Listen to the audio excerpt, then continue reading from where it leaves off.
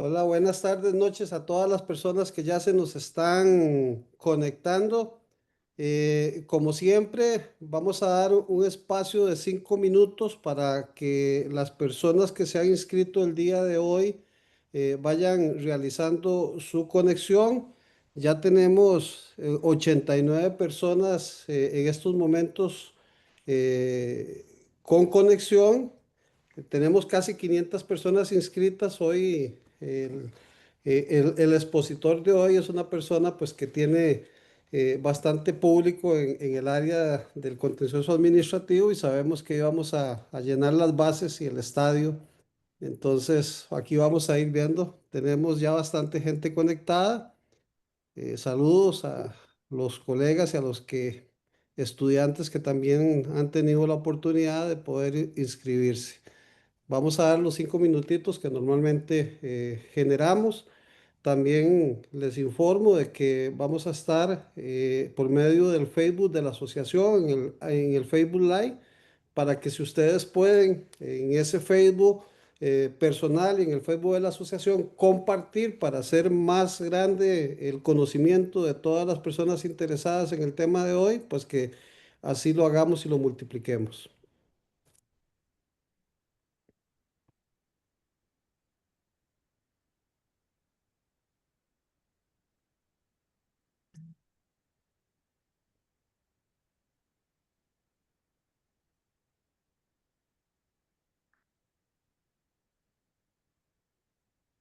Ya yo me vi en el Facebook Live, entonces ya lo multipliqué, ya lo compartí. Nos estamos viendo bien.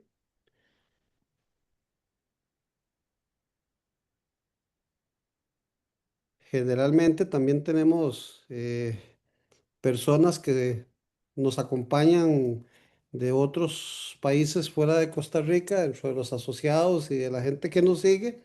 Hemos tenido personas que se conectan desde México, de Perú, Colombia, España, Estados Unidos, dentro del grupo de personas pues, que nos dan seguimiento y a los grupos que nosotros hemos estado invitando.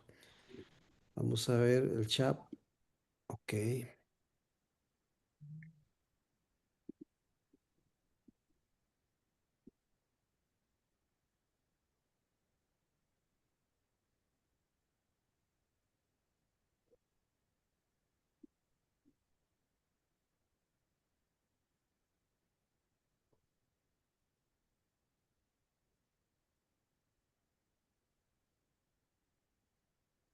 El chat está funcionando.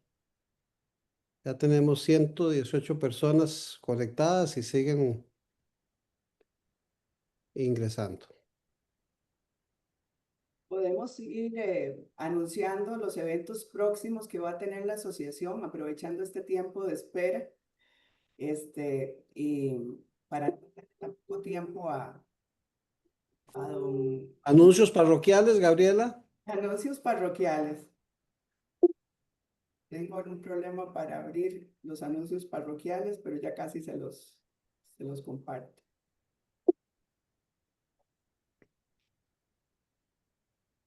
No puedo abrirlo. Bueno, pues los voy a dar a mano. Em, Vamos a ver.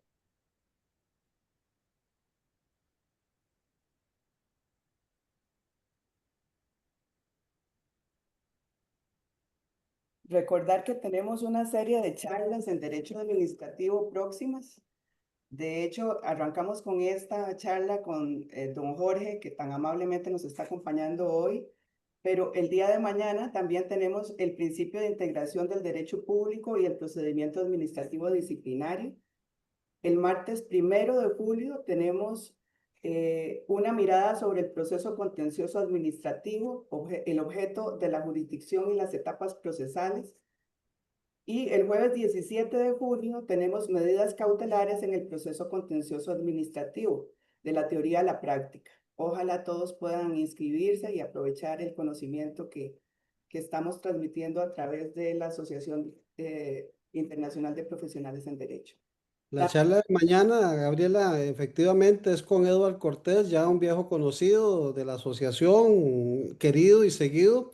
El día primero de julio, iniciamos el mes de julio con el señor Alex Rojas Ortega, juez del Tribunal Contencioso Administrativo, y después el doctor Luis Ortiz nos va a ayudar con medidas cautelares, que también estamos dentro de este grupo de charlas contenciosas administrativas para que tengamos acceso a ello.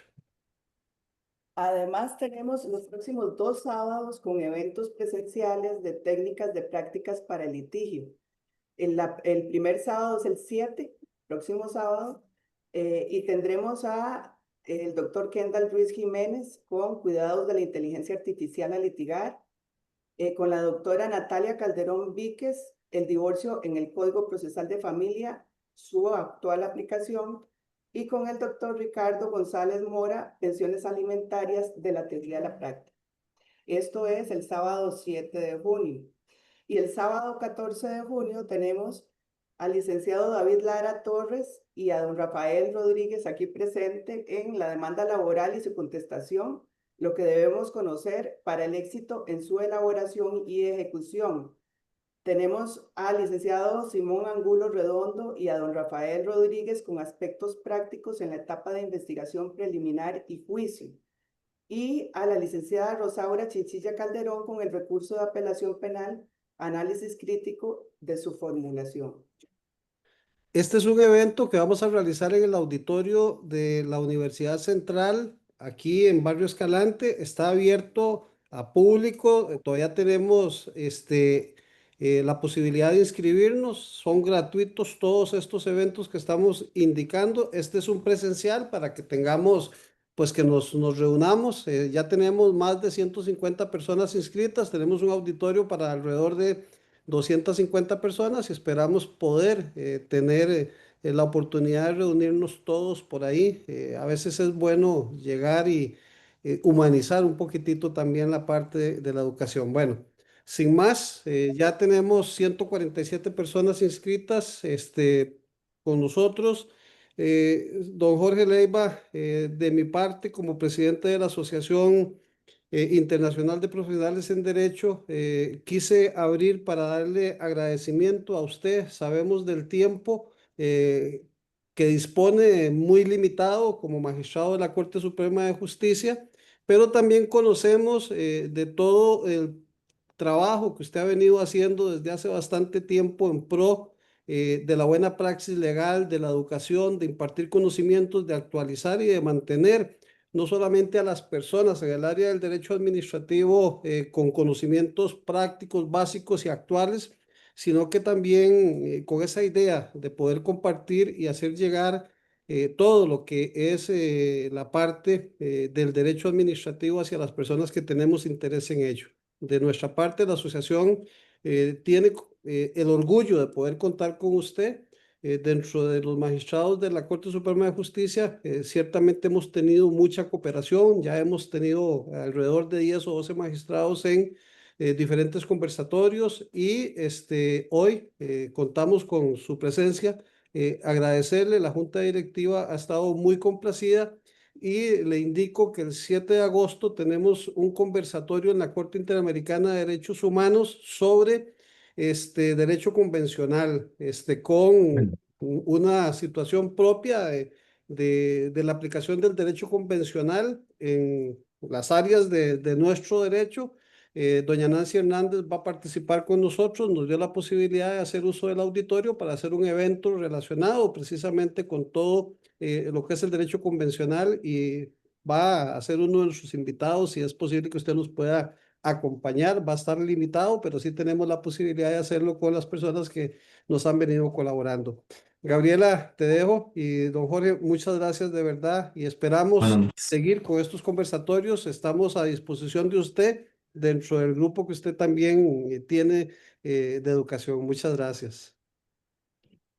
Gaby. Bueno, y vamos a presentar entonces la charla de hoy. Todo un placer para IPDSR tener a un ponente de la categoría de don Jorge. El tema de hoy se llama Consideraciones prácticas sobre la impugnación de actos administrativos y resolución de recursos según el tipo de acto, discrecionales, reglados, técnicos o con conceptos jurídicos indeterminados. Don Jorge es doctor en Derecho por la Escuela Libre de Derecho con graduación de honor. Es máster en protección de derechos humanos y especialista en Derecho Internacional Público, ambos grados por la Universidad Alcalá de Henares, en España. Además, es especialista en Derecho Administrativo por la Universidad de Salamanca, España, y cuenta con un diplomado en Derecho Público del siglo XXI por University for Peace y Universitat Heidelberg de Alemania. Ha sido profesor universitario en Derecho Público, Derecho Administrativo. Es autor de libros, videos y artículos especializados en materia de Derecho Público interno e internacional y derechos humanos, publicados en diversos países de América y de Europa. Actualmente es magistrado titular de la Sala Primera de la Corte Suprema de Justicia de Costa Rica. Todo un honor para IPD tenerlo aquí con nosotros hoy, don Jorge. A todos los que nos están acompañando hoy, don Jorge va a atender las preguntas al final de la charla. Por favor, las hacen de manera escrita en el chat que ustedes tienen abiertos ahí, abierto a disposición. Y sin más, dejo a don Jorge para que inicie con su ponencia de hoy. Muchas gracias, doña Gabriela, y muchas gracias a don Rafael, que sé que nos está escuchando, aunque ya apagó la cámara. Las precisiones de siempre. Quisiera aclarar que los comentarios que voy a hacer a continuación son en carácter personal. Es decir, mis opiniones no son las opiniones necesariamente de la Sala Primera de la Corte Suprema de Justicia y menos aún del Poder Judicial. En cuanto a las preguntas, ustedes entenderán que al ser pues una persona que trabaja en la judicatura, es decir, en el Poder Judicial, no podría hacer manifestaciones o dar soluciones a casos concretos, menos en esta materia que es justamente la que le corresponde conocer a la Sala Primera.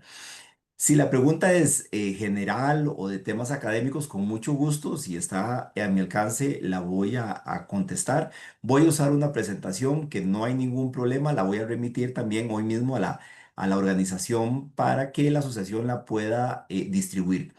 Quisiera aclarar, además, que esta no es una charla teórica porque la clasificación de actos que le da título al evento no la encontramos de esa manera en la doctrina. Sin embargo, dada la naturaleza de la asociación, que tenemos gente que trabaja en esta materia, lo que hicimos fue conversar sobre algunas herramientas útiles para que las personas que tengan que impugnar un acto en cualquier ministerio, en alguna municipalidad, en algún ente descentralizado, pues conozcan las formas adecuadas para presentar un recurso y que las personas que trabajan en esas instituciones pues tengan herramientas para resolverlos. Y yo quisiera, de previo a precisar cuáles van a ser los tres momentos que vamos a tener en la charla de hoy, no generar una expectativa inadecuada. Es decir, no, esta charla no se va a tratar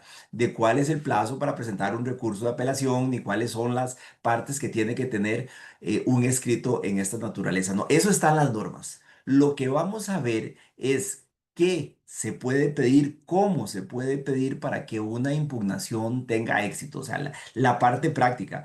Aunque, como van a ver todos y todas, pues sí, en algunos momentos nos vamos a acercar a algunos temas pues meramente doctrinales, pero únicamente con fines prácticos. Voy a permitirme iniciar el compartir la presentación para que comencemos con lo que vamos a tener el día de hoy. Voy a cambiar los monitores para que me quede listo. Ok, perfecto. Vamos a mover la pantallita para arriba. Bien, vamos a partir o a segregar lo que vamos a comentar esta noche en tres etapas. Sé que aquí en la asociación tenemos a gente que trabaja en diferentes materias o en la charla de hoy tenemos a personas que están estudiando y que se están preparando en algunos casos para los exámenes que hace el Colegio de Abogados. Entonces vamos a tener unas 6 diapositivas puramente nivelatorias para generar un uso del lenguaje técnico, pero que nos permita a todos hablar el mismo idioma en este tema de los recursos. En primer lugar, hay que tener claro que cuando vamos a enfrentar un tema en una administración pública, es decir, en una municipalidad, en un ministerio, en la Caja Costarricense de Seguro Social, en acueductos y alcantarillados, y estamos ya en modo de impugnación, para decirlo así, eh, hay mucha propensión por la formación que tenemos las abogadas y los abogados de irnos al Código Procesal Civil. Miren, de entrada, eso es lo último. Aquí las reglas van a ser las del derecho administrativo. Primero, las del derecho administrativo sectorial. Si es un conflicto de naturaleza municipal, nos vamos al Código Municipal, a la ley de patentes de la respectiva municipalidad, etcétera. Si es tributario, usamos el Código de Normas y Procedimientos Tributarios, los plazos y las reglas que están ahí. Igual en contratación administrativa o en servicios públicos. Esa es la normativa con la que vamos a jugar. Y si no hay norma especial, pues aplicaremos las reglas o las leyes o la legislación en el sentido más amplio que aplica al derecho administrativo. Aquí vamos a usar la Ley General de la Administración Pública, que si no tiene algo, pues nos enviará al Código Procesal Contencioso Administrativo. Ahí en una normita está en la pantalla, el artículo 229, que nos permite irnos supletoriamente a esa normativa. Ley de notificaciones judiciales, que si bien tiene ese nombre, pues el párrafo final del artículo 1 establece que va a aplicar al tema de procedimientos. Ley de protección al ciudadano contra el exceso de trámites y requisitos administrativos. Esta ley se conoce como la ley 8220. Y si bien esa ley es muy chiquitita, el reglamento es muy denso, muy generoso en temas que permiten gestionar ante la administración pública. Y recordemos que si después de todo esto no encontramos nada, todavía no nos vamos a buscar normas civiles. Aplicaremos en derecho administrativo las normas escritas y no escritas. Aquí estamos hablando de jurisprudencia, de costumbre, de principios generales, y es hasta que agotamos todo eso, y es difícil, les comento, que en la práctica no encontremos lo que necesitamos dentro del derecho administrativo, que nos vamos, ahora sí, como lo puse tal vez un poco coloquialmente en amarillo al final, solo en ese supuesto, por último, y si no hay más, ni modo, al Código Procesal Civil no me gusta mucho, pero lo podemos hacer. Pero hasta el final. Ahora, vamos a usar a lo largo de la conversación de esta noche una serie de conceptos que es importante que queden claros. Primero, vamos a hablar de tipos de control. Y los dos tipos de control más generales que hace referencia a la doctrina, a la jurisprudencia que se hablan en las clases, es uno, el control de legalidad. Y dos, lo que se conoce como el control de oportunidad y conveniencia. ¿Qué es un control de legalidad? Bueno, cuando yo no estoy de acuerdo con una conducta administrativa, y eso lo vamos a ver en la diapositiva siguiente, cuando yo no estoy de acuerdo con una conducta administrativa, yo puedo decir que esa conducta viola las normas del ordenamiento jurídico. Y entonces cuando se revisa si una conducta administrativa está en contra del ordenamiento jurídico, el control que hace la persona que va a revisar si el recurso tiene razón o no, es una confrontación entre lo que dice la norma jurídica y lo que dice lo actuado por la resolución emitida del acto administrativo que nació de la administración pública. Esa confrontación puede ser con normas jurídicas o con normas técnicas. Más adelante vamos a dedicar unos minutitos a qué son esas normas técnicas. Y les recuerdo, como lo señalé en la lámina anterior, que vamos a tener normas de naturaleza escrita y normas de naturaleza no escrita. Y hay un control diferente que también se hace cuando uno no está de acuerdo con una impugnación, pero este no lo puede hacer todo el mundo. Vamos a ver cómo se puede pedir y cómo se puede hacer, que es el control de oportunidad y conveniencia. Y este no es una revisión de si lo que hizo la administración pública, de lo que hizo la municipalidad, el director, el departamento, lo que sea que estamos viendo en el caso concreto, estuvo de acuerdo al ordenamiento jurídico o no. No, esto es si convenía, si estaba bien, si era la mejor alternativa, si era mejor hacer algo diferente, si era mejor no hacer nada en el caso concreto. Esto lo vamos a ver, porque esto de oportunidad y conveniencia es una situación que es muy común, de hecho casi que es la regla. Originalmente no nos vamos a meter mucho en discrecionalidad administrativa, vamos a conversar algo al final en la tercera parte de la charla.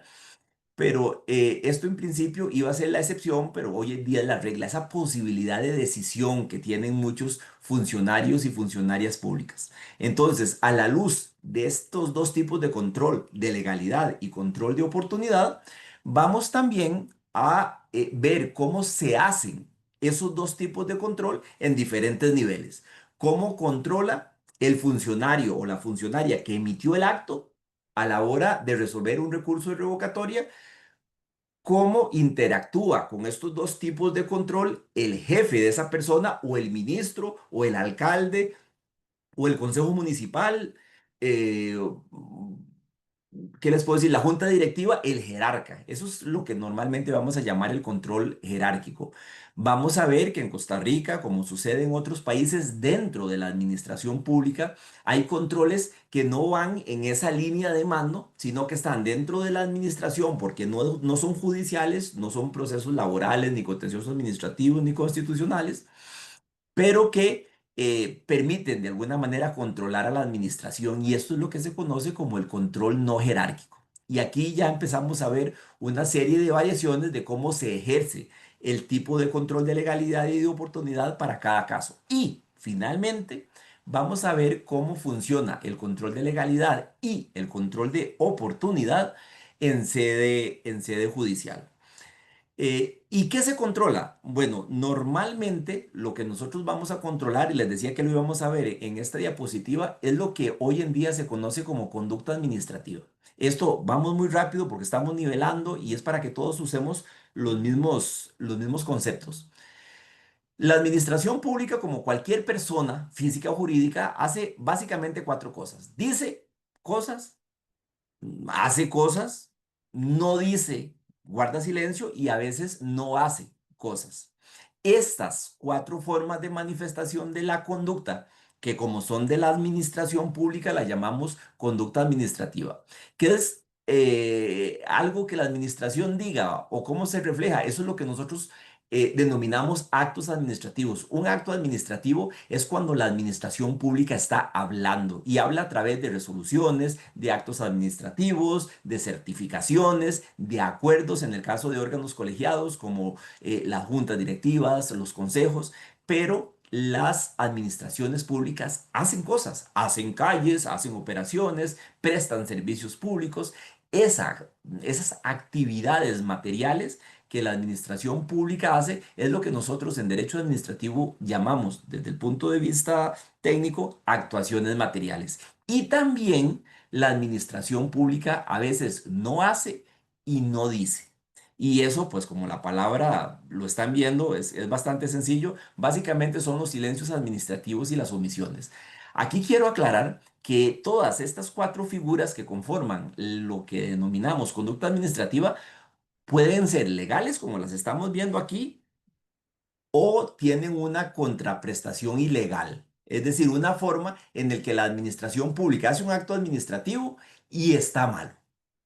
Eso lo vamos a denominar a lo largo de la charla para ir cerrando esta parte introductoria y nivelatoria como una disfunción administrativa, y cada una tiene su nombre. Es decir, un acto administrativo bien hecho le damos ese nombre, pero si el acto administrativo está mal, lo vamos a denominar actos administrativos nulos o ineficaces. Y ahorita vamos a ver cuáles son esas categorías y cómo se impugnan. Los silencios administrativos pueden ser legales o pueden ser ilegales. No nos vamos a meter hoy a hablar de silencio administrativo. Eso es un tema para una charla completa. Nada más les quiero adelantar que aquí, para ir matando mitos urbanos, no existen dos tipos de silencio administrativo. Posiblemente los más populares son el silencio positivo y el silencio negativo, pero hay otros cuatro silencios más. En este momento hay cerca de seis tipos de silencio en el ordenamiento jurídico costarricense, así que vamos precisando conceptos. Cuando una administración pública hace algo pero lo hace en contra del ordenamiento jurídico. Eh, Algunos autores lo denominan actuaciones materiales ilegales, pero el nombre más común en Costa Rica, y así se recoge en el ordenamiento jurídico, es el que está indicado en el cuadrito de abajo a la izquierda y se denomina vía de hecho. Y las omisiones, pues hay omisiones legales o ilegales. El hecho de que una institución pública no haga algo que no tiene que hacer, implica que esa inactividad, esa inercia está conforme con el ordenamiento jurídico, es una omisión legal. Pero también hay omisiones ilegales cuando tiene que darse una prestación material y no se ejecuta. Esto que estamos hablando es lo que se denomina conducta administrativa. ¿Qué vamos a ver hoy? En este ratito vamos a ver cómo se impugna algo que nosotros consideremos que es algo que la administración dijo y que está mal, que está o en contra del ordenamiento jurídico o que no conviene, que no era lo que se tenía que hacer y que habían algunas alternativas igualmente válidas. Y entonces vamos a cerrar esta primera etapa con esta primera lámina. Ok. Les decía que íbamos a ver el tema de los actos administrativos, de los actos administrativos ilegales. Y entonces yo necesito, sin pretender que esto sea una clase de derecho administrativo universitaria, que tengamos claro qué es un acto administrativo inválido o nulo en sus dos categorías o que es un acto administrativo ineficaz. A ver, un acto administrativo son esas cosas que la administración dice y para usar un ejemplo muy común, ese acto administrativo tiene ingredientes. Y hay diferentes listas de ingredientes. Si fuera un pastel, para usar un ejemplo muy coloquial, la harina, los huevos, la leche, no sé qué más, el chocolate, serían los ingredientes del pastel y en el caso del acto administrativo, pues tenemos la motivación del acto, el motivo o causa de por qué se hace, el elemento competencia, el contenido, que es lo que se resuelve en el acto. Esos ingredientes es lo que nosotros normalmente llamamos en derecho administrativo los elementos del acto administrativo. Y aquí otra precisión para temas de mitos urbanos. No existe en Costa Rica una lista oficial de elementos del acto administrativo. Si nosotros vamos a revisar los textos de don Eduardo Ortiz Ortiz, que fue la persona que junto con otras abogados, otras personas abogadas, redactaron la Ley General de la Administración Pública, pero él efectivamente tuvo el grueso del aporte. Vamos a ver que él nos hace en sus textos una lista de actos administrativos que no necesariamente coinciden, por ejemplo, con la lista de elementos del acto administrativo que nos ofrece don Ernesto Ginesta en sus obras, y menos los que nos encontramos en derecho comparado. En algún momento de mi vida he tratado de hacer una lista general de elementos, he llegado como a 30 cuando uno empieza a repasar autores en derecho comparado. Entonces, cuando hay un problema en los ingredientes, es decir, en los elementos del acto administrativo, ese acto administrativo puede ser ilegal. Y aquí vamos a hablar de validez o invalidez del acto administrativo. Una vez que superamos ese tema, vamos a ver los requisitos que el ordenamiento jurídico nos establece para que ese acto administrativo pueda surtir efectos en la vida real, que salga de la administración y esté listo para desplegar todas las consecuencias que están previstos. Esto es lo que significa la eficacia del acto administrativo. Si se me permite volver al ejemplo del pastel, cuando hablamos de eficacia, hablamos de los requisitos que tienen que cumplirse para que un acto administrativo sea eficaz. Y cuando nos vamos, ahora sí, a la versión opuesta de esta forma de manifestación de la conducta administrativa, pues vamos a encontrar que cuando un acto administrativo tiene problemas de legalidad, va a tener dos tipos, si se quiere, de pecados, si se me permite la expresión, los pecados veniales, como le enseñaban a los que somos católicos en la escuela, los pecaditos más leves o los pecados mortales. Cuando estamos hablando de una afectación al ordenamiento jurídico leve, en derecho administrativo, en lo que hace a los actos administrativos, vamos a referirnos a nulidades relativas. Y cuando el defecto en el acto es muy grave, vamos a hablar de nulidades absolutas. Ahí les estoy poniendo las normas del ordenamiento jurídico 166 y 167 de la Ley General de la Administración Pública, que son las normas que regulan estos dos tipos de nulidades. Básicamente, a grosso modo, habrá nulidad relativa cuando estén los elementos presentes, pero estén defectuosos. Y habrá nulidad absoluta cuando haga falta alguno de sus elementos o estando presentes, el ordenamiento jurídico diga, mire, si pasa esto, habrá nulidad absoluta. Por ahí hay algunas propuestas de una figura que no se ha ¿cómo lo digo? Que no ha tenido cabida en el sistema jurídico costarricense. El acto, mira, puse acto inexistente y era acto inexistente.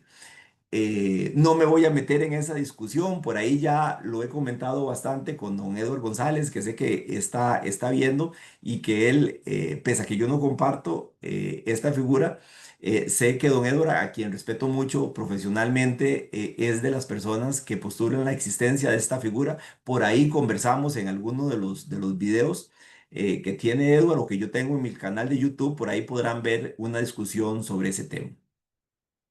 Ineficacia, bueno, puede ser que el acto tenga todos los elementos que el ordenamiento jurídico establece para que pueda ser legal, para que pueda ser válido.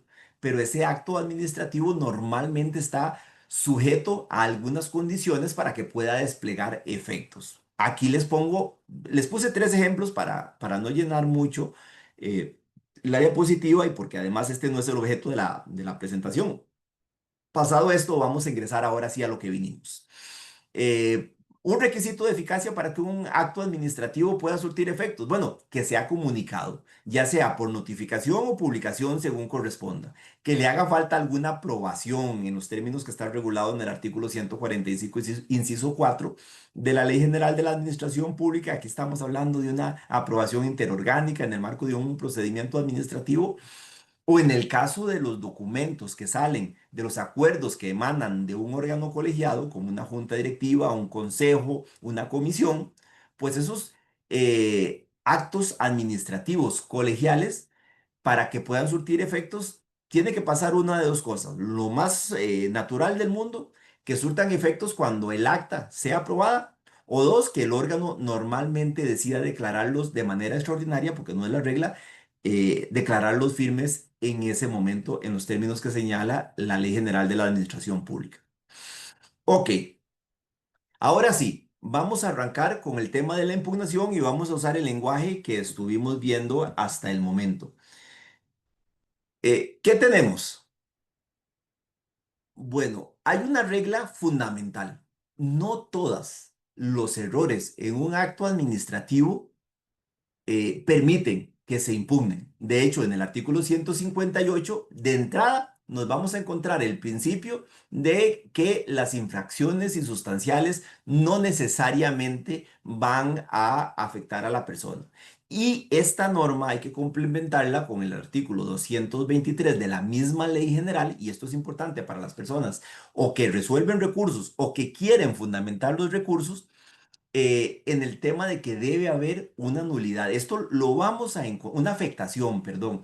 Esto lo vamos a encontrar muy frecuentemente cuando estamos revisando expedientes administrativos o recursos que alguien está impugnando y uno dice, bueno, sí, está bien, tendrá razón, pero esto o no es sustancial o a esa persona no le afecta lo que se está impugnando. Entonces, en las resoluciones, tanto administrativas o jurisdiccionales, encontramos coletillas que dicen, mire, no hay nulidad por la nulidad misma. O en términos más teóricos, lo vamos a encontrar en los libros de derecho administrativo y también yo creo que de derecho procesal general, el tema del principio pars nullités sangrief. No hay nulidad sin daño, básicamente. Entonces, a la hora de fundamentar siempre, siempre para sostener la legitimación, tanto en sede administrativa como en sede jurisdiccional, es importante tener cuidado de estos recaudos. A veces vemos la ilegalidad muy evidente en un acto administrativo, lo queremos impugnar y no tenemos cuidado de en alguna nota introductoria precisar por qué nos está afectando. A veces es lógico, porque es un rechazo de algo y evidentemente yo hice la solicitud y entonces esto, digamos que no es necesario justificarlos porque se sobreentiende, pero no siempre es así y frecuentemente hay recursos que se rechazan simplemente por esto. Ahí tienen las normitas. Sobre esto han corrido ríos de tinta, como dicen las personas que frecuentemente hablan de estos temas, y van a encontrar bastante en jurisprudencia.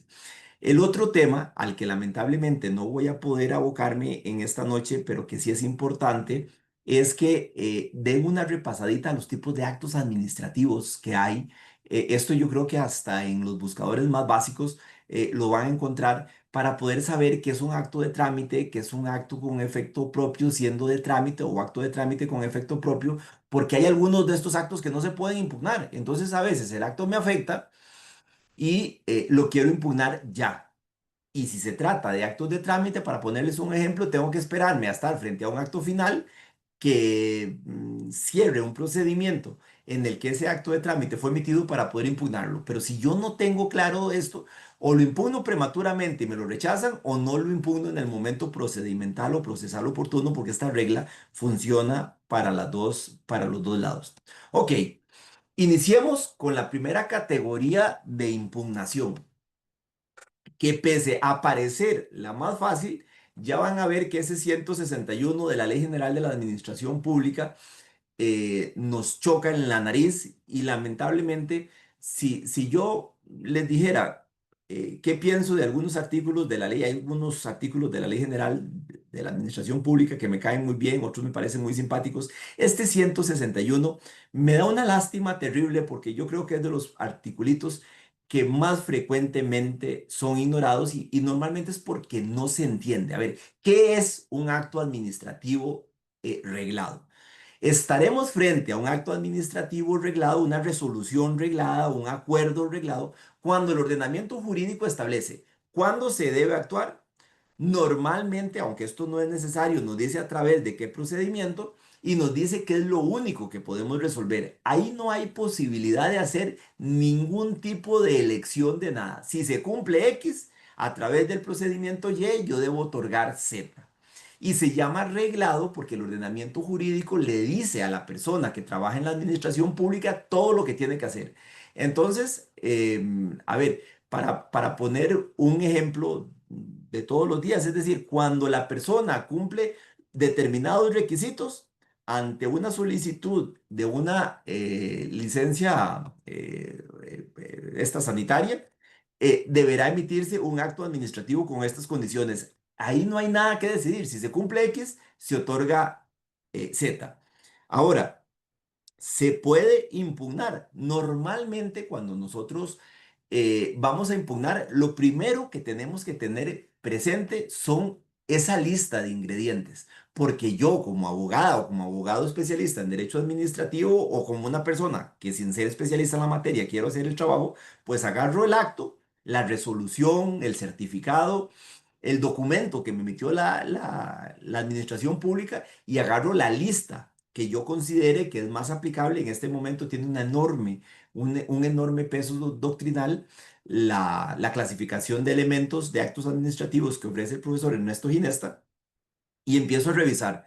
Lo emitió un órgano con competencia, si tiene cumplido el elemento motivo, la causa que genera la emisión del acto, sí o no. Se hizo a través del procedimiento respectivo, sí, la forma de manifestación es la correcta. Hay desviación de poder, se buscó sacarse algún clavo el funcionario a través de este procedimiento. Lo que se ordena es claro y legal y posible. Sí, ok, entonces ahí no hay nada que impugnar. Si logro encontrar algo, lo impugno. Pero en los actos reglados hay algunas limitaciones y ese 161 nos dice que hay ciertas cosas que no podemos impugnar en actos reglados. Solo que lo marqué en colores para leerlo de atrás para adelante. Vean lo que dice este 161, pero con un orden diferente, creo yo, humildemente se lo digo, que tal vez se entendería mejor así.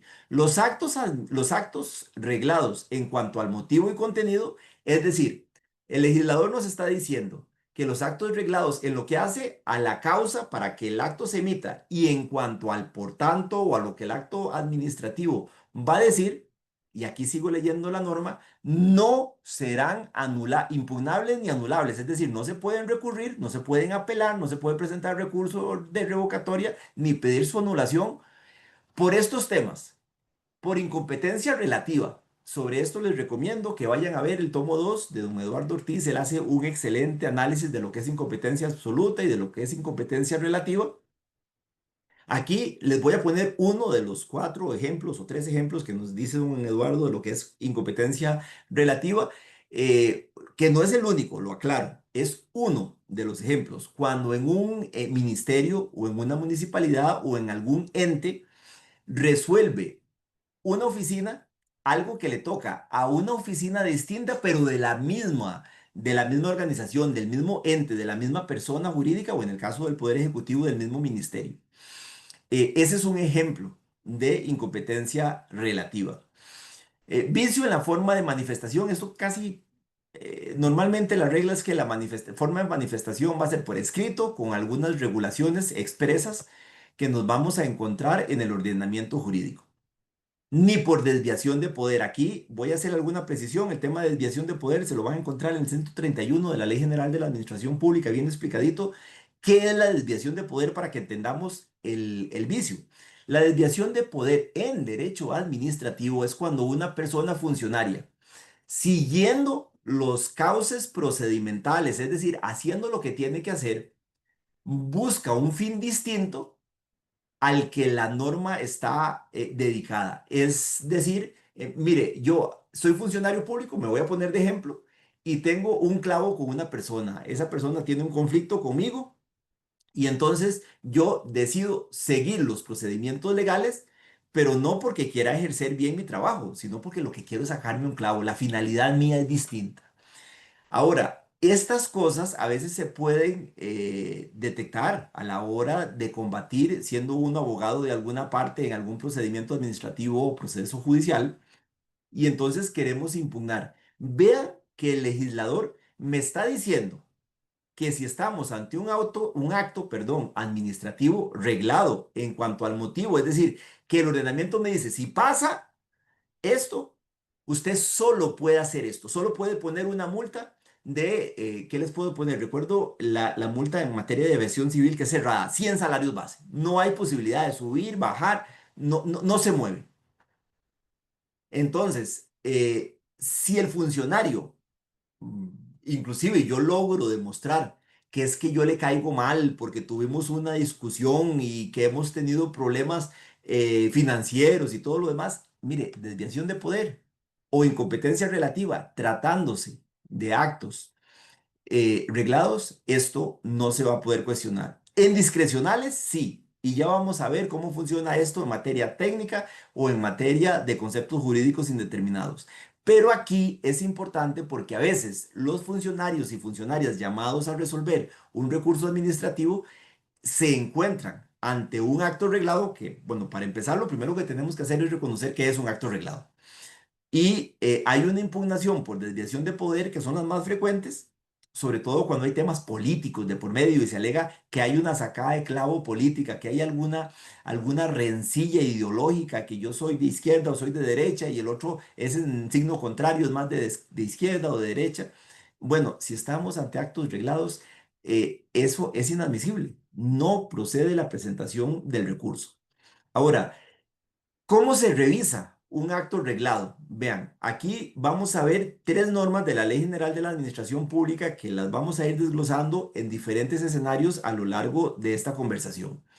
El 180 de la Ley General de la Administración Pública nos dice que pueden revisar el acto. La persona que lo dictó, evidentemente a través de un recurso de revocatoria, en algunos casos, dependiendo de las normas que apliquen, incluso de oficio, pero aquí hay algunas limitaciones que están en la ley general, no nos vamos a meter en ese tema, o el superior jerárquico, es decir, el jefe. Y el contralor no jerárquico, que está marcado en amarillo al final, el contralor no jerárquico solo podrá revisar en la forma que establece la ley general, que ya lo vamos a ver, que es el 181. Ese 180, en lo que hace a las posibilidades de que el jefe, el superior jerarca, revise, nos dice en los incisos A y B que el jerarca podrá hacer revisión de ese acto por temas de legalidad y de oportunidad y conveniencia. Ahora, aquí les quiero aclarar, aquí no nos vamos a meter en oportunidad y conveniencia todavía porque en materia de actos reglados no hay posibilidad de elegir. Eso lo vamos a ver ahorita, cuando veamos impugnación de actos con algún elemento discrecional. En materia de lo que estamos viendo hasta el momento, que son actos reglados, los revisa la misma persona o el control jerárquico. ¿Y qué puede hacer el contralor no jerárquico? Mire, ¿dónde nos vamos a encontrar contralores no jerárquicos? En el Tribunal Fiscal Administrativo, en el Tribunal Aduanero, en el Tribunal de Servicio Civil, en el contencioso administrativo o en la jurisdicción laboral cuando ejercen labor de contralor no jerárquico en materia municipal, en materia agraria, la jurisdicción agraria respecto del INDER. Hay muchos en el sistema, hay muchos eh, creaciones legislativas y algunas pocas, una para mí, no dos, como dice la Sala Constitucional, con todo el respeto para la Sala Constitucional, yo no veo en la norma constitucional un agotamiento preceptivo en materia de contratación administrativa para temas municipales, pero hay jurisprudencia vinculante de la Sala Constitucional en esa dirección y en el tanto eso sea así, debe respetarse. El contralor no jerárquico de legalidad solo revisa, como su nombre lo indica, la legalidad. No es un contralor no jerárquico de oportunidad y conveniencia. El artículo 181 nos dice que el contralor no jerárquico puede revisar si un acto es conforme o no es conforme con el ordenamiento jurídico.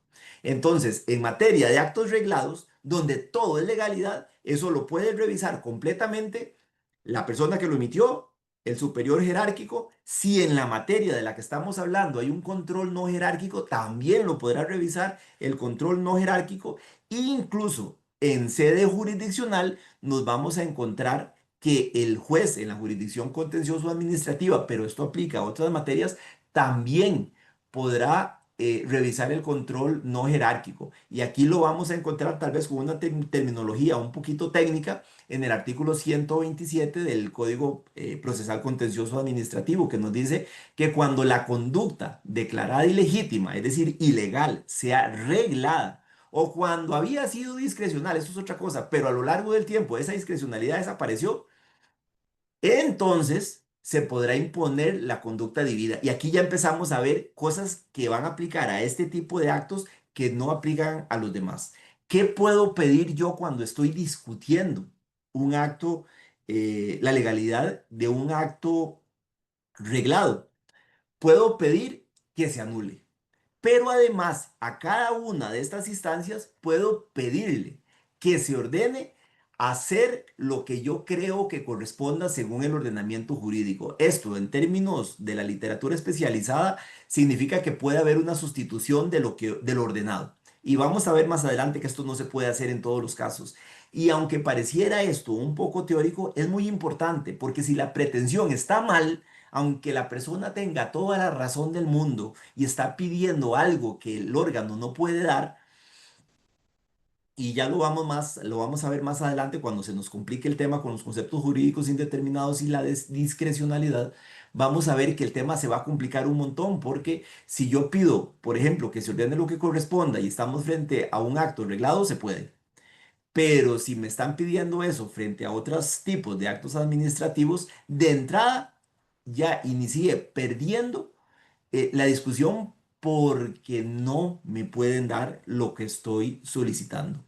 Ahora, ¿hay alguna categoría de actos que son reglados, pero que en la práctica funcionan con algunas reglas diferentes? Y entonces nos vamos a encontrar, y por eso lo puse aquí, en los últimos 10 o 15 años se ha puesto de moda el término comisiones técnicas. Hoy lo vi, por cierto, en uno de los medios de comunicación, que tres instituciones, a ver, dos entes públicos y la Defensoría de los Habitantes iban a hacer una mesa técnica, pero constantemente oigo la expresión informe técnico y escucho la expresión comisión técnica o escucho frecuentemente que es que esto está regido por las reglas de la técnica. Y sí, es importantísimo que el ordenamiento jurídico le obliga a la administración a seguir las reglas de la ciencia y de la técnica, pero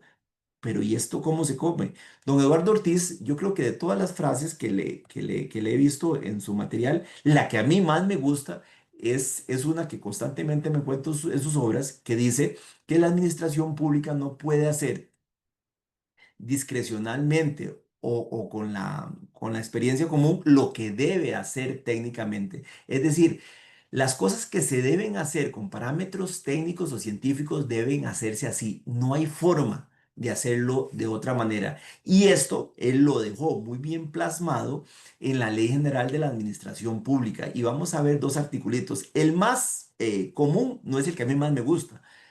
A mí el que más me gusta es la precisión que se hace en el 158, pero veamos nada más esta oración inicial del 16 que dice, en ningún caso podrán dictarse actos contrarios a las reglas unívocas de la ciencia o de la técnica.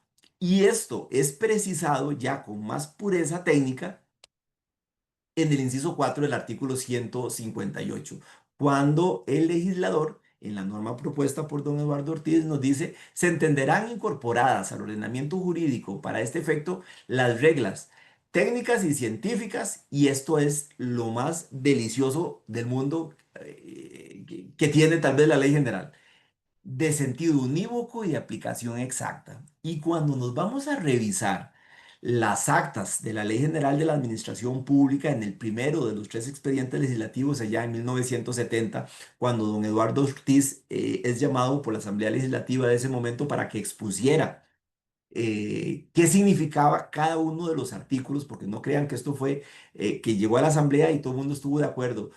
La norma era muy técnica, tenía muchos conceptos que no se manejaban y finalmente terminó don Eduardo haciendo una extensa explicación, gracias a Dios, porque ahora nos sirve para poder comprender qué significaban normas como estas. Y en esas precisiones, don Eduardo hace referencia a ese enunciado, sentido unívoco y de aplicación exacta.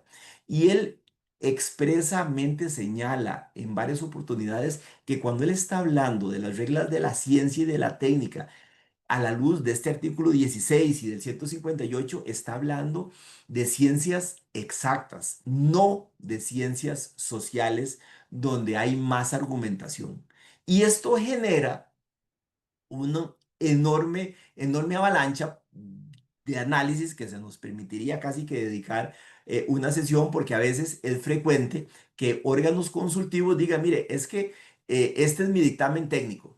Y entonces queda en el aire básicamente que con base en el 16 hay que hacerle caso a ese dictamen del Departamento de Recursos Humanos, del Departamento de Planificación, del Departamento de Contabilidad, del proceso X. ¿Será eso una regla técnica en los términos del 116 o del 158? Esto es un no en mayúsculas, con sombrita, perdón, sí, con sombra, con negrita y subrayado. ¿Puede un dictamen de un órgano técnico contener alusión a reglas de la ciencia y de la técnica que sean vinculantes? Sí, por supuesto, en el tanto sean reglas derivadas de ciencias duras, como se conoce. Ahora, es la opinión de un matemático, de un informático, de un ingeniero per se vinculante para la administración. No, lo que será vinculante en su dicho es las manifestaciones y las explicaciones y en la transmisión de esas reglas de la técnica y de la ciencia y de la técnica. Eso es lo que va a vincular a la administración pública, no lo que diga el perito, no lo que diga el ingeniero, y menos si estamos ante un profesional en una ciencia social, ahí vamos a estar más en un tema de motivación. Si les interesa un poco un análisis histórico de esta figura, mi recomendación sería que revisen de la sala tercera el voto 393-F-S1-2024. En Nexus lo van a encontrar. Ahí lo van a ver este análisis histórico, qué pasó en la Asamblea Legislativa cuando la norma se estaba creando y la discusión que se dio. Y una vez que tenemos claro que esto es así, entonces sí podemos decir que en materia científica o técnica, vamos a seguir las reglas de los actos reglados en lo que a los elementos científicos y técnicos se puede. Y aquí hay dos precisiones importantes. Mire, en primer lugar, si estamos ante una discusión puramente técnica, científica, de reglas duras, ¿qué les puedo poner de ejemplo? Alguien está discutiendo un tema de ubicación de un mueble por zonificación y el topógrafo de la municipalidad dice que la finca está en el límite de la zona comercial, pero del lado afuera y no del lado adentro. Mi forma de discutir una resolución administrativa con un aspecto técnico-científico como este es presentar una contraprueba también técnica. La única forma de desvirtuar un acto administrativo en los términos del 158 y del 16, ambos de la Ley General de la Administración Pública, es a su vez con pruebas técnicas. Y una discusión, pues muy interesante, pero que no tiene tanta relevancia práctica también, es que aquí se discute mucho de la presunción de conocimiento de la ley, porque la Ley General de la Administración Pública normalmente hace referencia a que estas se van a tener como normas jurídicas, pero cuidado porque aquí no va a jugar el tema de la presunción de conocimiento. Entonces, ya tenemos, digamos que la primera mitad del muñequito que estamos armando, que es actos reglados y una subespecie de actos reglados que son los actos técnicos o científicos, que a ver, también pueden haber actos que tengan elementos discrecionales donde hayan aspectos científicos. Aquí lo vamos a encontrar. Entonces hay que diseccionar cuando estamos frente a un acto con elementos discrecionales o con algún elemento técnico o científico que nos permita revisarlo. Y hasta aquí ya podríamos decir que vamos a cerrar la etapa intermedia y vamos a complicar ahora sí eh, el análisis que estamos haciendo, porque vamos a irnos a donde más me interesa y con esto vamos a cerrar la charla, porque esto es lo más práctico, que es cuando vamos a hablar de discrecionalidad administrativa. Discrecionalidad administrativa, esto es de inicio de Derecho Administrativo 1 de grado. La discrecionalidad administrativa no es arbitrariedad. Hay discrecionalidad administrativa cuando la administración pública o cuando la funcionaria o el funcionario, para ser más concretos, puede elegir entre varias alternativas igualmente válidas para el caso concreto, dentro de los límites, evidentemente dentro de los límites, y aquí quiero marcar esa palabra que viene ahí indicada, dentro de los límites que le da el ordenamiento jurídico. Un ejemplo concreto, mire, yo soy órgano decisor en un procedimiento disciplinario y determinada la existencia de la falta, yo sé que puedo establecer una sanción de entre 15 y 30 días de suspensión. Ahí tengo varios límites, los que me da el ordenamiento jurídico, el principio de razonabilidad, de proporcionalidad, de eficacia. La Ley General de la Administración Pública me da cerca de 11 límites al ejercicio de la discrecionalidad administrativa. Por cierto, hay un libro que tiene varios artículos académicos. Ahí se va a encontrar un articulito en donde yo hablo de los límites a la discrecionalidad administrativa. Ya se lo había pasado a don Rafael y a doña Gabriela para que cualquiera que lo tenga. Es un libro que se hizo en el 2022, si la memoria no me falla, en conmemoración de de los 50 años del Tribunal Contencioso Administrativo. Es un libro digital que se hizo justamente para que circulara de manera electrónica, así que si lo piden, las y los compañeros de la asociación ya tienen una copia para circularlo. Quisiera aclarar también que el tema de la discrecionalidad administrativa es posiblemente uno de los dos grandes temas del derecho administrativo moderno. Entonces, ni de lejos lo vamos a agotar en el artículo, que está bastante largo, porque está un poquito larguito, yo lo sé. Se toca uno de los temas, pero además, para quienes les interese el tema de la discrecionalidad administrativa, cómo se revisa, cómo se combate, cómo se ejerce, los invito a que vayan a mi canal de YouTube. Ahí van a encontrar un par de videitos, parte uno y parte 2, donde de manera parcial también, porque ahí se toca lo que no se toca en el artículo, en una charla de cerca de 3 horas solo sobre el tema de discrecionalidad administrativa. Ahí van a encontrar también bastante material. Entonces, ¿qué es lo que vamos a hacer ahora? Vamos a hablar de discrecionalidad administrativa, qué es y qué no es discrecionalidad administrativa, y después vamos a ver cómo se controla, y con esto terminamos para irnos a la etapa de preguntas. Y el gran tema de la discrecionalidad administrativa, que si ya de por sí fuera complicada en sí misma, se nos revuelve con un concepto que se parece mucho, y aquí les adelanto mi posición, pero que no es lo mismo. Aquí no es lo mismo, como dicen por ahí, la gimnasia que la magnesia. Discrecionalidad administrativa es un instituto propio del derecho administrativo y se parece mucho, pero no es lo mismo, a algo que viene del derecho civil. Inclusive algunos dicen que del derecho civil medieval, pero otros sostienen que lo encontramos incluso en el derecho romano, que es el de los conceptos jurídicos indeterminados. Y cuando les ponga ejemplos van a decir, sí, claro, yo he escuchado esto. Bueno, hay situaciones en donde el legislador no puede regular con detalle un tema y nos da un concepto sin definirlo, pero que todos lo vamos a entender para el caso concreto. Aquí estoy hablando, por ejemplo, del buen padre de familia. O si me voy a derecho administrativo, en la ley de emergencias dice, mire, cuando haya una emergencia nacional o cuando haya conmoción interna, esos son conceptos de derecho administrativo que habrá que determinar su contenido en cada caso concreto. Posiblemente hasta hace 7 años, siempre que hablábamos de la ley de emergencias o de emergencia nacional, pensábamos en temas de inundaciones, pensábamos posiblemente en temas de terremotos, de volcanes, pero de repente se nos vino una, una situación diferente en donde en el caso concreto tuvimos que llenar ese concepto con otros valores. Me refiero a la pandemia que todos vivimos.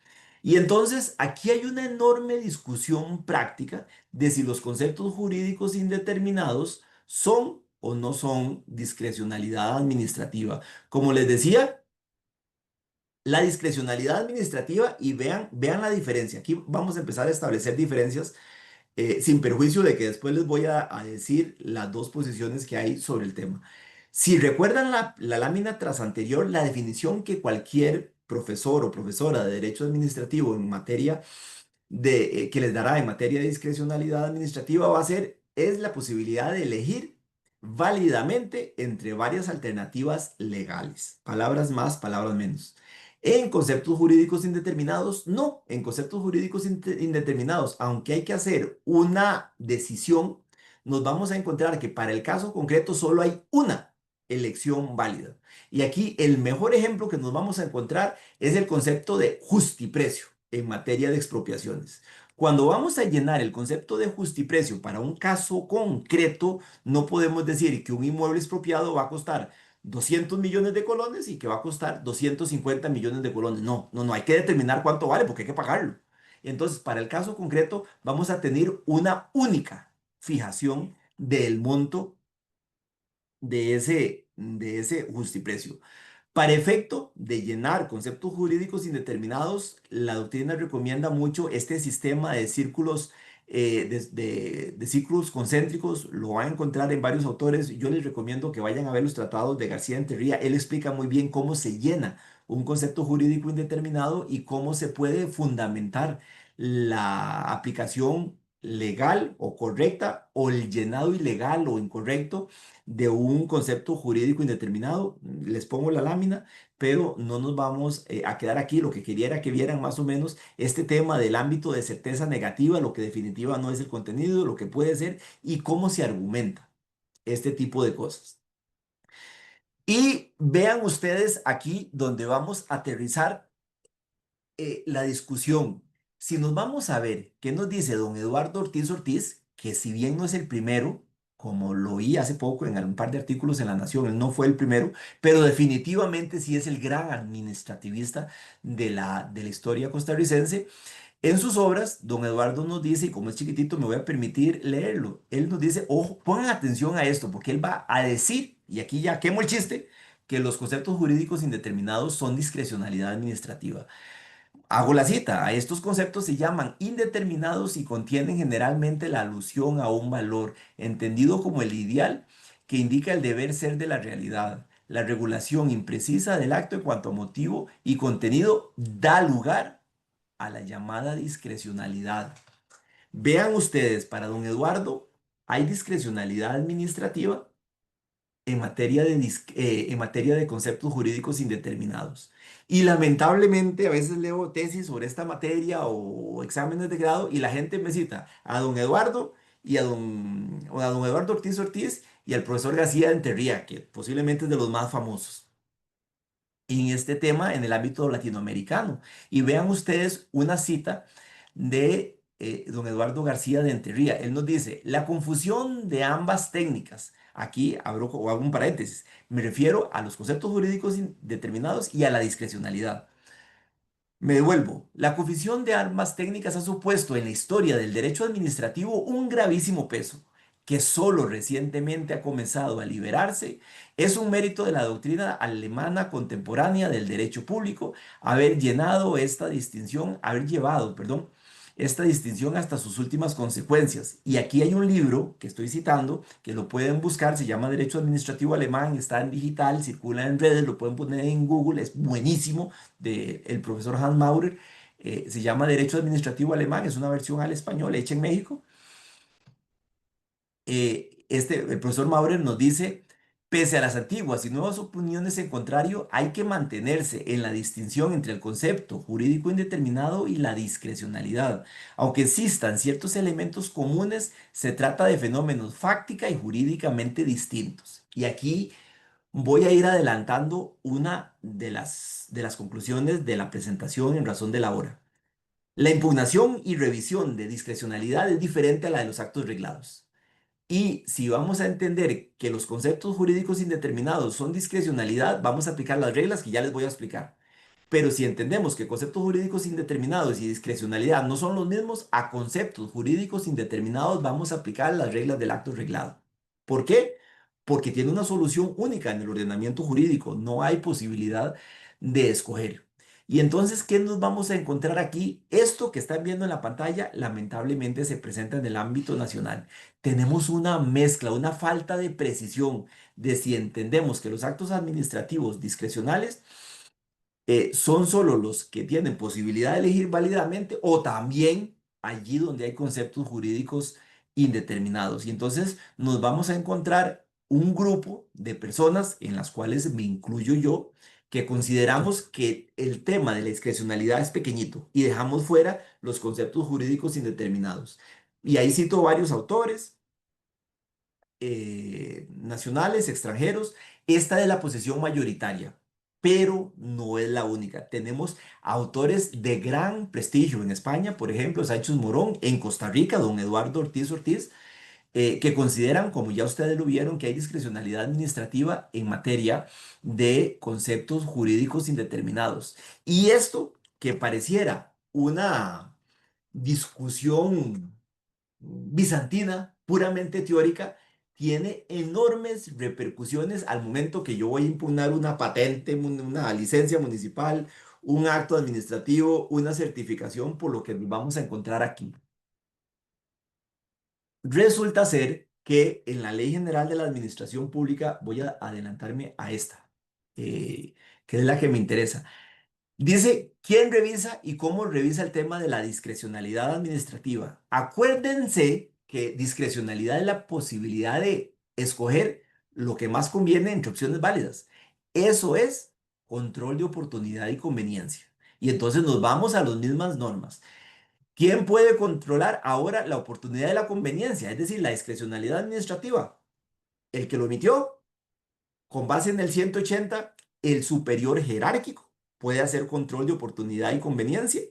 Véanlo ustedes en el inciso 102, él sí puede hacer control de oportunidad y conveniencia. Pero vean lo que dice el artículo 181 respecto del contralor no jerárquico. El contralor no jerárquico solo podrá revisar la legalidad del acto, nada más.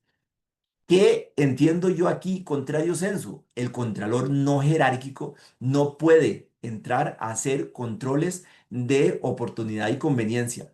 Solo puede hacer controles de legalidad. En materia de discrecionalidad, lo único que va a poder hacer es controlar los límites, que no se salga dentro de los límites, pero mientras la administración se mantenga dentro de los límites en donde puede ejercer la discrecionalidad administrativa, el contralor no jerárquico no va a poder cambiar una decisión si está dentro de ese cúmulo de posibilidades. Y entonces, vean ustedes, si yo entiendo que un caso concreto de conceptos jurídicos indeterminados es un tema de discrecionalidad administrativa, no lo va a poder controlar el contralor no jerárquico, valga la redundancia. Pero si considero que es un tema de que no es discrecionalidad y que por lo tanto se va a regir por las reglas de los actos administrativos reglados, entonces será un control de legalidad y el contralor no jerárquico sí podrá hacer una revisión de legalidad de esa solución para el caso concreto. Y esto determina hasta dónde puedo impugnar. Y en sede judicial les cuento que el tema se va a poner todavía más interesante.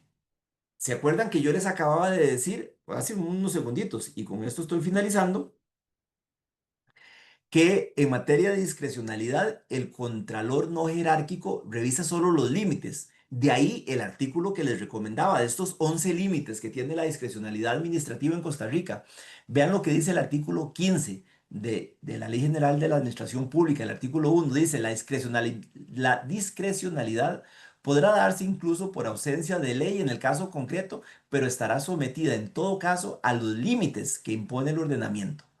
O sea, mientras no violen los límites, se vale que la administración juegue, maneje la bola, y sobre los límites el juez sí va a poder controlar. Y aquí vamos a llegar a una de las normas más particulares del ordenamiento jurídico, que es, se los puedo decir con toda franqueza, es de mis normas favoritas del Código Procesal Contencioso Administrativo, porque resulta ser que cuando hablamos de temas de discrecionalidad administrativa, de oportunidad de conveniencia, a veces hay aspectos ideológicos que se permite válidamente, porque la discrecionalidad es la elección entre alternativas lícitas, se permite que las administraciones públicas tomen decisiones lícitas, siempre y cuando refuercen respeten los límites que el ordenamiento les impone. Y entonces, cuando se está discutiendo un acto administrativo en sede jurisdiccional, el Código Procesal Contencioso Administrativo le dice a las partes y le dice al juez, ustedes aquí van a poder discutir si se violaron los límites al ejercicio de la discrecionalidad administrativa. Si no se violaron, el juez contencioso administrativo o la jueza contencioso administrativo o la sala primera no va a poder decir, mire, era mejor la opción B que la opción A o era mejor la opción C porque me parece que convenía más. No se puede. Y no se le puede pedir eso a un juez contencioso administrativo, menos si usted ya viene discutiendo el tema desde abajo. ¿Qué es lo que uno tiene que discutir cuando está frente a un tema de discrecionalidad administrativa? Bueno, uno, los aspectos reglados del acto con las reglas que ya vimos. O dos, que se hayan violado límites a la discrecionalidad administrativa. El primer límite, evidentemente, es el ordenamiento jurídico, pero también vamos a encontrar otros límites como la lógica, la conveniencia. Esto está ya desarrollado en la doctrina, el principio de razonabilidad, de proporcionalidad, y se pueden alegar que en el caso concreto el ejercicio de la discrecionalidad administrativa violentó alguno de estos límites. Entonces, ¿qué hace el juez contencioso administrativo o la jueza? No puede reemplazar a la administración. No hay sustitución. El Código Procesal Contencioso Administrativo lo que le dice a las partes es que si hay violación, el juez contencioso lo que va a hacer es que va a agarrar el caso, le va a decir a la administración cuáles son los límites que tiene que respetar y le va a devolver la bola para que vuelva a tomar la decisión en un plazo determinado. Si la administración no lo hace, yo aquí no lo estoy poniendo, pero está en el 129 del Código Procesal Contencioso Administrativo, van a haber multas, por ejemplo, si no se cumple, pero nunca se va a poder en materia de discrecionalidad administrativa pedir la sustitución, es decir, que el juez contencioso o que el contralor no jerárquico, además de anular, tome una decisión distinta. Estas dos instancias lo que podrían hacer es revisar límites y ordenar la devolución del procedimiento para que la revisión se haga. Entonces vean ustedes la diferencia. En actos reglados, el control en esas cuatro instancias puede ser de oportunidad, perdón, de legalidad y no hay ningún límite porque no va a haber temas de discrecionalidad. Pero cuando hay de por medio la posibilidad de que la administración pública haga alguna valoración y pueda proceder a la anulación, entonces nos vamos a encontrar con algunas limitaciones y aquí ya nos ponemos un poquito más técnicos porque habría que ver si hay un elemento reglado dentro de la lista de elementos del acto administrativo que estamos impugnando y que nos vamos a usar las reglas de impugnación de actos reglados o es un tema discrecional. Porque si es discrecional, yo puedo pedir la anulación de la conducta administrativa formal, del acto administrativo, pero no puedo pedirle al juez que sustituya a la administración ordenando algo concreto, porque si lo que hago es pedir eso, de entrada voy a estar perdiendo. Lo que puedo pedir es que esto se anule y que se retrotraiga a la administración para que se ejerza nuevamente la potestad. Y vieran ustedes a veces el pesar que da cuando algún asunto pareciera que podría tener algún nivel de razón, pero la solicitud es imposible porque el Poder Judicial, y si ya estamos hablando en este momento del control jurisdiccional, pero pasa igual con los contralores no jerárquicos, no puede invadir la esfera de poderes del Poder Ejecutivo, por ejemplo, o de las autoridades municipales con autonomía, reemplazando su discrecionalidad administrativa, su ideología, su forma de gobernar. Y entonces es aquí donde, y con esto termino, además voy a dejar ¿cómo se llama?, de compartir la pantalla, donde se vuelve muy relevante la discusión que hemos estado teniendo hasta el momento con el tema de los actos administrativos reglados, discrecionales, técnicos. Y yo esperaría que en el corto plazo la sociedad costarricense tome una decisión de qué vamos a hacer con los conceptos jurídicos indeterminados.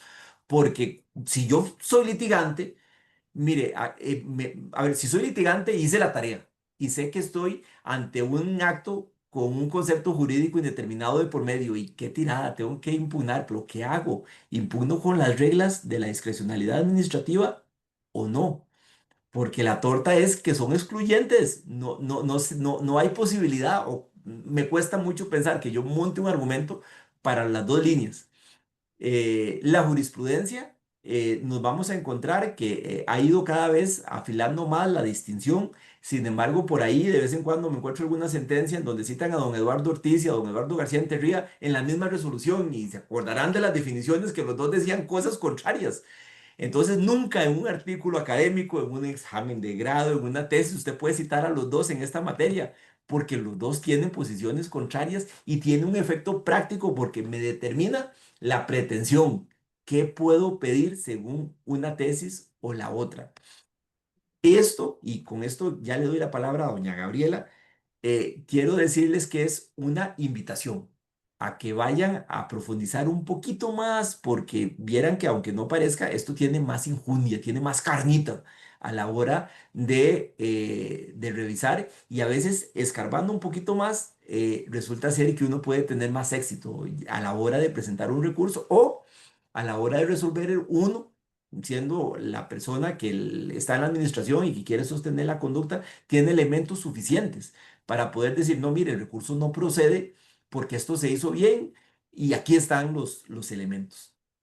Doña Gabriela, con esto espero estarme ajustando al tiempo y con las limitaciones que ya les había señalado, pues nos quedamos con las preguntas. Procedemos con las preguntas. Muchísimas gracias, realmente sumamente didáctica su su charla. Creo que fue de mucho, mucho aprovechamiento para los que ejercen en el derecho administrativo y para los que no lo hacemos. Muchas Este, gracias. para todos los participantes, pueden hacer sus preguntas, podemos habilitar el micrófono si las quieren hacer en forma personal.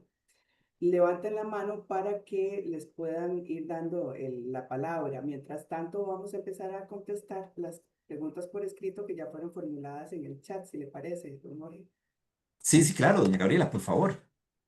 ¿Usted, Pregunta, usted me la lee? Ah, bueno, sí, ya la veo que me las va a leer.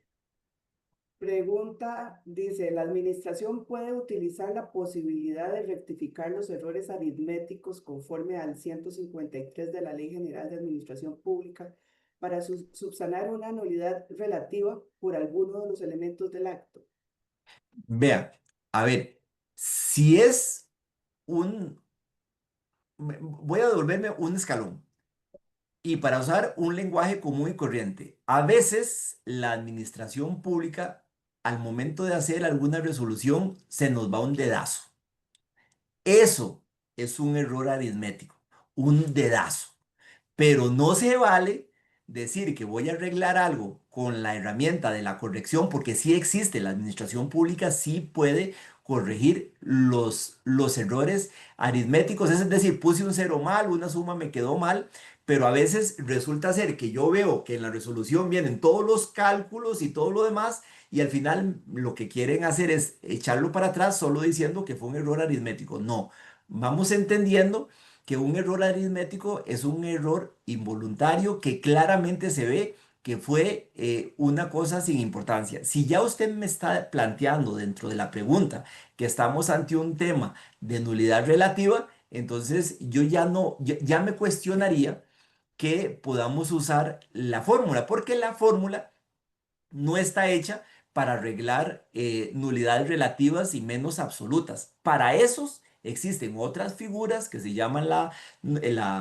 convalidación, el saneamiento y la conversión, que aplican a nulidades relativas y la última a la nulidad absoluta, que es para arreglar actos. Pero a través de ese otro remedio, que básicamente es poner una curita, poner un poquito de corrector y corregir el número o la palabra, no. O sea, por ahí no nos vamos. Eso se verá en cada caso concreto. Tenemos una pregunta de Yani Paniagua que dice, ¿es posible solicitar a una municipalidad que anule un acto reglado cuando no existe informe técnico?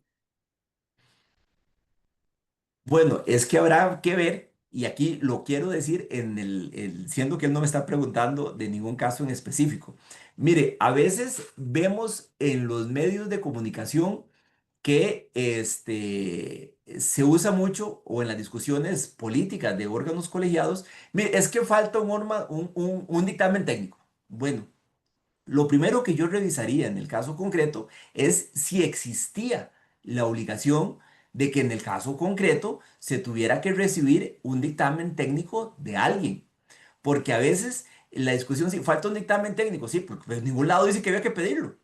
Sería pues tal vez muy bonito y hubiera quedado divino el acto administrativo con el informe técnico. Pero si no es requisito, no podemos ponernos más papistas que el Papa, como dice la gente, y decir que vamos a anular porque no se presentó un dictamen técnico cuando dentro de los presupuestos del motivo del acto no dice que tiene que cumplirse ese requisito. Dice Prada Ramírez, que no consigna el nombre, cuando un funcionario de un órgano adscrito a la corporación municipal impugna una resolución de acto disciplinario administrativo, entre paréntesis, ante el Consejo Municipal que dictó el acto final, y solicita la revocatoria con apelación en subsidio, es cierto que implica la obligatoriedad de este último órgano decisor en elevarlo de oficio a instancia superior no jerárquico como contencioso administrativo, si la resolución la ha rechazado en sede administrativa, o debe hacerlo el sujeto afectado. Mire, todavía estoy procesando qué tan concreta es la pregunta. ¿Qué, Vamos a qué- qué ver, tan vamos concreta es a la ver. pregunta? Ok. Este, Es- a ver, no voy a contestar la pregunta directamente, pero sí voy a decir las reglas generales que aplican en la materia. Si es una apelación horizontal de recurso de revocatoria con apelación ante el Consejo, pues el Consejo revisará la apelación y emite el acuerdo. Si lo que se está cuestionando es un acuerdo del Consejo, a través de un recurso de revocatoria y apelación, el Consejo revisará la apelación y tocará remitir, si corresponde en el caso concreto, la remisión al Contralor no jerárquico de legalidad, que en este caso es el contencioso administrativo, como bien dice la persona, actuando como Contralor no jerarca de legalidad, es decir, como función administrativa. Si no lo manda la municipalidad, bueno, para eso hay un recurso, hay una gestión del Persaltum que está regulado en el Código Municipal para torcer el brazo y que se mande. Más que eso, no me gustaría incursionar porque ya podríamos estar ingresando en un caso concreto. Muy bien. Tenemos a don Mauricio Álvarez que nos dice, buenas, excelente ponencia. Su consulta es respecto de la aplicación del 128. Si la sentencia fija límites y la administración resuelve fuera de estos, ¿hay que poner una nueva demanda o existe un tipo de revisión judicial de la conducta en etapa de ejecución de sentencia? Sí, exacto. Así como usted lo terminó, es respuesta corta, sí. Sí. Yes, I do, diría mi hijo. Nos dice otro de los asistentes a esta charla, el protocolo de atención médica dentro de los centros penales es un acto administrativo y si es un acto administrativo se puede impugnar. Sí. Sí, sí. A ver, en Costa Rica nosotros seguimos un principio de universalidad de la jurisdicción. O sea, todos los actos administrativos tienen que tener la posibilidad de revisarse. No nos gusta una figurita que se llama inmunidad de los actos administrativos. Sobre ese tema hubo un libro muy famoso de don Eduardo García de Enterría que se llama Lucha contra las inmunidades del poder, que es justamente discusiones de este tema. No deben haber actos inmunes al control. Y si fuera de naturaleza constitucional y no le alcanza la jurisdicción contenciosa, bueno, entonces para eso está la sala constitucional. Nos pregunta don Elbert, ¿es la fase recursiva administrativa un momento procedimental oportuno para cumplir requisitos omitidos en fase inicial? Mire, yo creo que no. No porque, a ver, vamos haciéndolo así. Imaginémonos es que no tengo la pizarrita, pero imaginémonos así.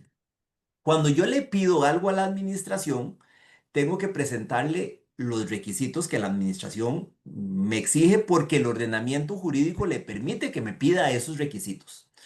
¿Para qué son los requisitos? Con los requisitos administrativos yo logro acreditar lo que en derecho administrativo llamamos el motivo del acto administrativo, el elemento motivo, la causa. Cuando yo logro acreditar que estoy en una determinada circunstancia jurídica, que la pruebo presentando los requisitos de que pues, estoy en esa circunstancia, entonces yo tengo derecho a que la administración me emita un acto administrativo como el ordenamiento jurídico lo establece.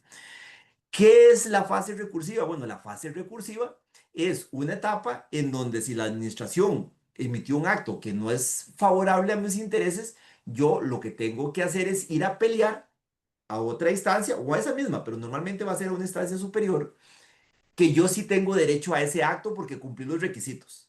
Ahora, yo lo que voy a exponer, y como somos abogadas y abogadas, me voy a permitir usar la expresión, son agravios de que ese acto está malo. Pero si yo sé que el acto está bien dictado porque me dijeron que no me lo daban, porque no cumplía requisitos, bueno, yo lo que tengo que hacer es hacer la gestión presentando los requisitos. Muy excepcionalmente, y esto es muy poquito, hay sistemas en donde se permite, o procedimientos donde se permite hacer eso. La regla en Costa Rica es que en fase recursiva usted está revisando y no está presentando pretensiones nuevas, porque ya no es un tema de pretensión. La petición usted la hizo al principio, hubo el acto y no se vale en principio presentar el requisito. Lo que puede hacer si tiene plazo, porque habrá que ver también cómo está el tema de los plazos, es volver a hacer la gestión. Doña Natalia Chavarría nos dice que es casi generalizada la posición de que los informes técnicos son vinculantes para la administración. Por favor, ampliar sobre el tema de que solo es vinculante un informe técnico cuando se trata de ciencias exactas. En la administración es común que existan informes técnicos ambiguos y más bien confunden a la hora de resolver y puede implicar la responsabilidad para el asesor legal de no acatarlo, a pesar de que haya suficiente prueba en el expediente que contradice el criterio subjetivo y ambiguo de un criterio técnico. Por favor, indicar si hay jurisprudencia u otras fuentes sobre las cuales no es necesariamente vinculante un criterio técnico. Sí,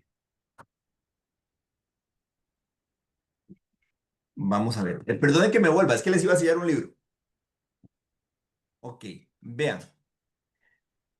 Resulta ser que en Costa Rica, y esto es una afirmación que quiero hacer en el marco de la libertad de cátedra, si cabe en este tema, a veces en temas de toma de decisiones, dada la explosión en las últimas 3 décadas o 2 décadas de órganos de control, pues de todo el mundo quiere estar básicamente protegido o amparado a algo.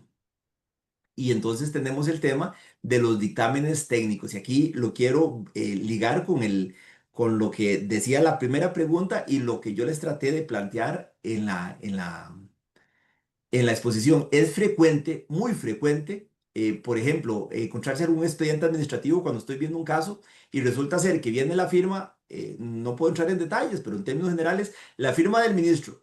Y antes de la firma del ministro tiene el visto bueno del director jurídico y el director jurídico, antes de que el director jurídico lo firmara, tiene la firma del profesional en derecho y entonces el profesional en derecho le pidió la firma y ahí viene el montón de firmas de todo para que hasta el final firme el ministro. Porque hay justamente, como lo señala la persona, una gran preocupación por el tema de la ajuste a los dictámenes técnicos. Porque además tenemos la idea de que todo tiene que llevar dictamen técnico. Y aquí me vuelvo a la primera pregunta. ¿Es ilegal que algo no tenga un dictamen técnico? Bueno, en primer lugar, será necesario el dictamen técnico cuando el ordenamiento lo exija. Si no, hasta ahí llegó la discusión. En segundo lugar, no tenemos que confundir, y se confunde mucho el término informe técnico o dictamen técnico con uno consultivo, estos famosos dictámenes que tienen que estar en el expediente. En dictámenes consultivos nos vamos a encontrar vinculantes y no vinculantes. Si son vinculantes hay que hacerle caso, punto. Ya le pedimos un criterio a la Procuraduría y la Procuraduría nos mandó un dictamen de, ay, pues es vinculante porque la ley lo dice, no hay mucho que hacer. Ahí vamos a aplicar ese tema. Pero en temas de informes no vinculantes, vamos a caer en la discusión de si los informes no vinculantes me vinculan por ser técnicos. Bueno, no, no me vinculan porque como los estamos clasificando, es que aquí ya nos tendríamos que meternos en la clasificación de los dictámenes a partir del 301 y 303 de Ley General. Si no son vinculantes, pues, como su nombre lo indica, no me obligan, pero puede ser que dentro de esos informes sí venga referencia a alguna norma técnica o científica de conocimiento unívoco regida por la ley qué sé yo, algún tema eléctrico, donde no hay duda en materia de ingeniería eléctrica, del voltaje y de los efectos de eso. Mira, aunque el dictamen no sea vinculante, eso es una regla científica porque si no lo hacemos así, el edificio se incendia, punto. Eso es lo que nos pasa. Entonces, ahí lo vamos a aplicar. ¿Qué es lo que sucede? Que a todo mundo, ahora le gusta sentirse que es técnico en algo. Todo el mundo es técnico en algo y entonces todo el mundo va a hacer algo y hace un resumen técnico o un estudio técnico.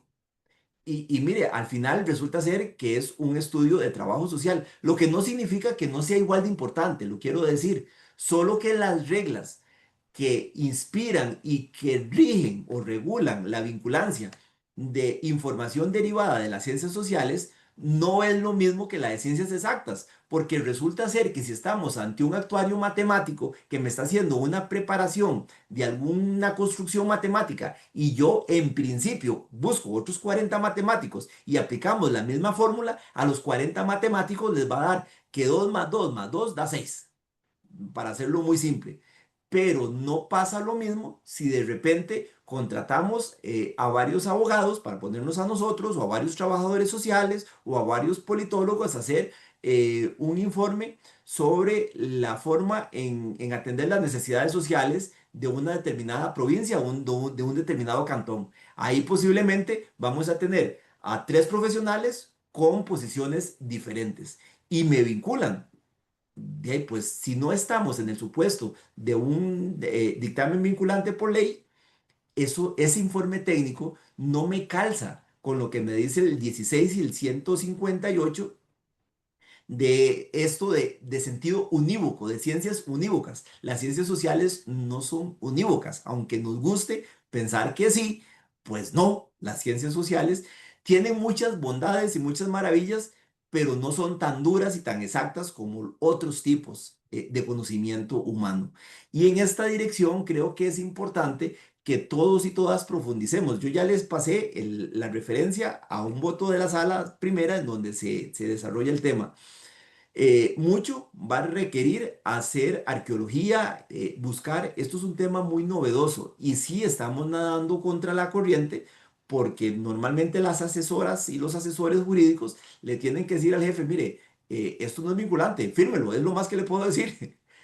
Toca firmarlo y ahí habrá que ver el tema de la motivación cuando se trate de actos que tengan que ser motivados en principio, con base en el 133, 1 C o B, no me acuerdo, uno de estos, el C o el B, que habla de separarse de dictámenes de órganos consultivos. Entonces, ahí lo que implica es, doña Gabriela, y para la persona que hizo la pregunta, bueno, no hay de otra, se fundamenta y nos separamos haciendo toda esta explicación. No estamos en el supuesto ni de un dictamen vinculante por ley, ni de ciencias sociales de aplicar, perdón, ni de ciencias exactas de sentido unívoco y aplicación exacta, como dice el 158. Pero sí toca construirlo a pie porque siempre está el miedo de no hay dictamen técnico o el dictamen técnico dice otra cosa. Bueno. Muy bien, tengo una pregunta de don Iván Calvo que no sé si él la quiere formular personalmente y le facilitamos el micrófono, porque tengo que decir que las siglas CJI no me refieren a mí nada, no sé si a usted se las refiere, don Jorge. Dice, dada la incertidumbre con el tema de CJI y discrecionalidad, Conceptos jurídicos indeterminados. conceptos jurídicos indeterminados, será posible pedir de forma subsidiaria para cubrir cualquier inclinación del juez. Es decir, pedir en conceptos, no, pedir en CSI Ajá. como reglado que se anule y que se devuelva el asunto y subsidiariamente que se anule y sustituya. Gracias. Sí. Mire, yo lo haría así. Si fuera del caso, como no estamos hablando de un caso concreto, creo que yo lo haría así y el problema que se presenta en la práctica es que yo tendría que echarme toda la argumentación y la fundamentación de la construcción en una línea y después decir subsidiariamente, no solo pedirlo, sino toda la fundamentación de por qué en sentido contrario y a veces si estoy en conclusiones en una audiencia oral, me van a decir, mire, tiene 15 minutos, 20 minutos. Y entonces lo ponen a uno a correr mucho, pero me parece acertada el planteamiento que hace la persona que nos hace la pregunta. Don Iván, ¿quiere ampliar su pregunta? Porque ya lo tenemos aquí con el micrófono habilitado.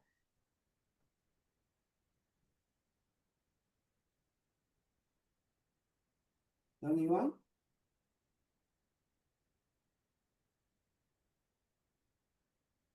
pareciera que no. Bueno, de don Francisco dice, en los casos de revisión del acto administrativo por parte del superior, en caso de instituciones con cadena de mando muy amplia y tratándose de actos administrativos que se adopten en la parte final de la cadena, ¿es necesario agotar la escalerilla recursiva para dar por agotada la vía administrativa o puede normarse que la apelación sea conocida por el máximo superior administrativo.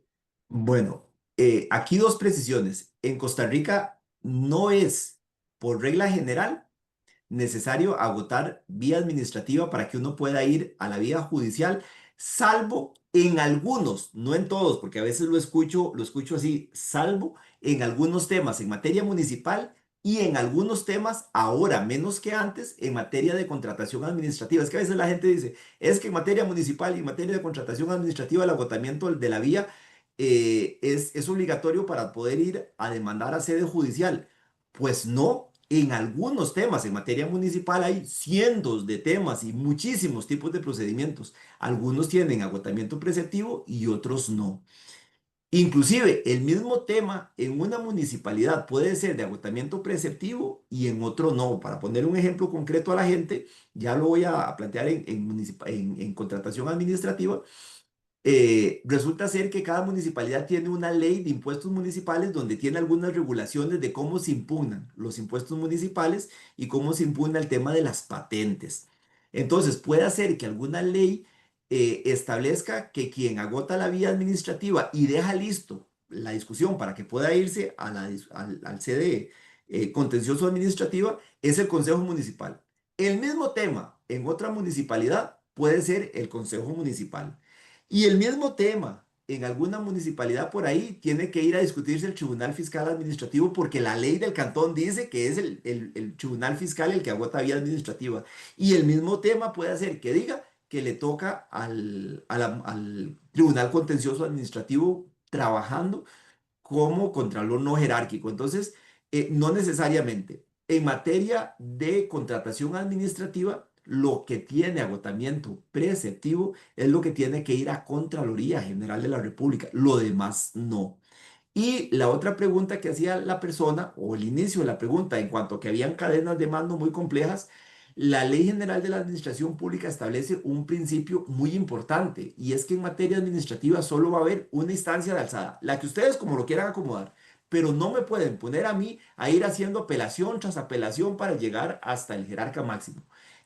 Tiene que estar diseñado para que yo tenga solo una apelación, cuando mucho, si quisiera votar vía administrativa voluntariamente.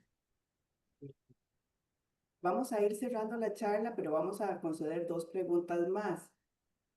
Doña Natalia Chavarría quiere que se le conceda el acceso al micrófono porque dice que le quedó una duda en cuanto a la consulta de ella. Pero mientras eso sucede, tal vez podamos evacuar la pregunta de doña Laura, no, doña Elizabeth.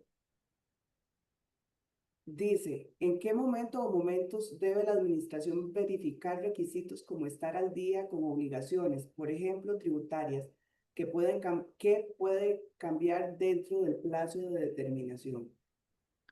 Mire, ya ese tema no me gustaría porque ya es muy concreto y sí tengo casos que tengan que ver con ese tipo de discusiones. ¿Qué le recomendaría a la persona? Bueno, sobre el tema de requisitos, creo que es importante pegarle una repasadita a la ley de protección al ciudadano contra el exceso de trámites y requisitos administrativos y al respectivo reglamento. Esos temas están desarrollados ahí. Excelente. Bueno, ya tenemos a doña Natalia Chavarría. Bienvenida, doña Natalia. Tal vez si nos abre el micrófono usted o Tiffany, no Buenas sé. noches. Sí, Buenas me noches, doña escuchan. Natalia. Sí, Muchas claro que la gracias, escucho. muchas gracias por el espacio. Es una pregunta así muy puntual y obviamente sin hablar de un tema en específico, sino muy general. Digamos que en la administración se tramitan concesiones de X tipo. Entonces el abogado tiene que tramitar y resulta que, por ejemplo, por darle un ejemplo, se presenta una denuncia ahí contra un concesionario.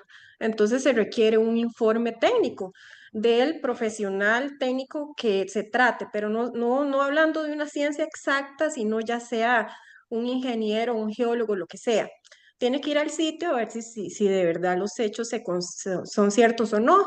Pero resulta que cuando viene con el criterio es tan confuso y ambiguo, se le pide aclaración, el abogado le pide aclaración, nuevamente es ambiguo, y resulta que en el expediente hay mucha prueba que tendiente a que sí, sí se dieron los hechos, tal vez, ¿verdad? Una Doña denuncia. Natalia, disculpe que la interrumpa. Viera que lamentablemente ya la pregunta que usted me está haciendo tiene un nivel de precisión Ah, ok, que ya ok, yo no preferiría en razón, porque estamos en un foro académico, sí, pero ya la pregunta podría llevarnos a algún caso muy concreto ah, ok, y respetuosamente le diría que no podría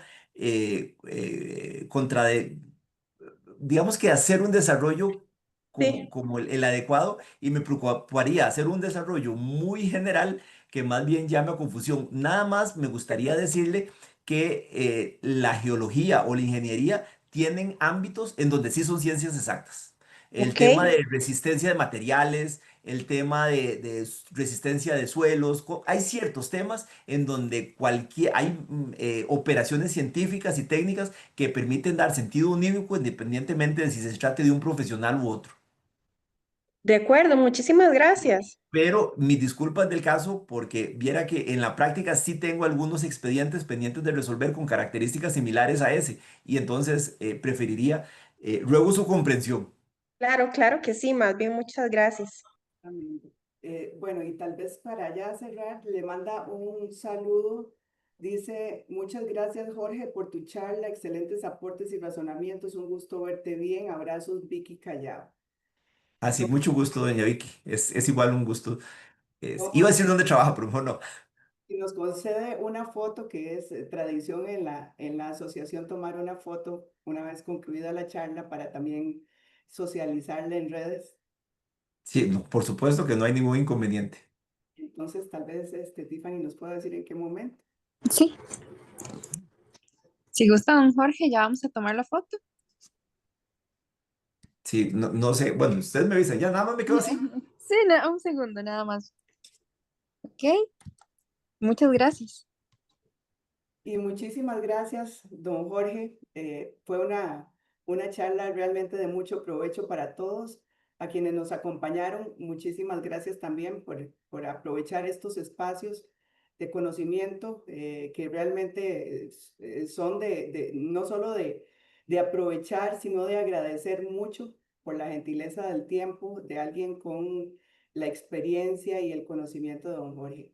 Muchísimas gracias a todos y esperamos que para mañana también nos puedan acompañar. En el chat pusimos los links de las siguientes charlas. Ahí los pueden ustedes acceder para hacer la matrícula correspondiente, la inscripción correspondiente. Y buenas noches a todos. Muchas gracias. Muchas gracias, don Jorge. Muchas gracias y buenas noches a todos. Bueno, muchas gracias también de mi parte y los felicito. Ojalá que sigan con este tipo de espacios. Es un tema de responsabilidad social que en buena hora a todos nos enriquece escucharnos y yo mismo por ahí me conecto y los veo de vez en cuando, solo que calladito. Excelente, qué lindo saber eso. Muchísimas gracias. Buenas noches. Buenas noches.